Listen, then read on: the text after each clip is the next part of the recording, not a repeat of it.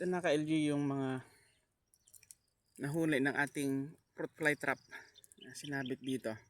So grabe, ang dami na oh. Yan. Siguro mga 2 months na to na nakasabit.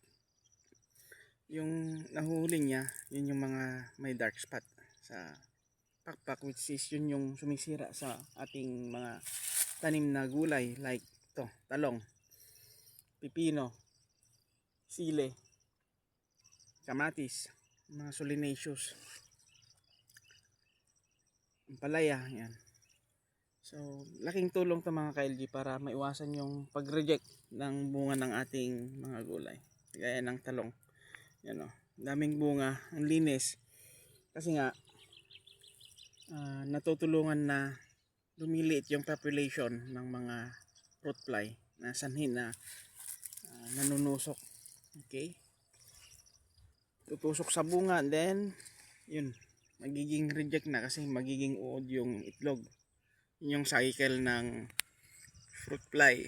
So ito, ipapasok na naman dyan oh. May dark spot. Happy farming.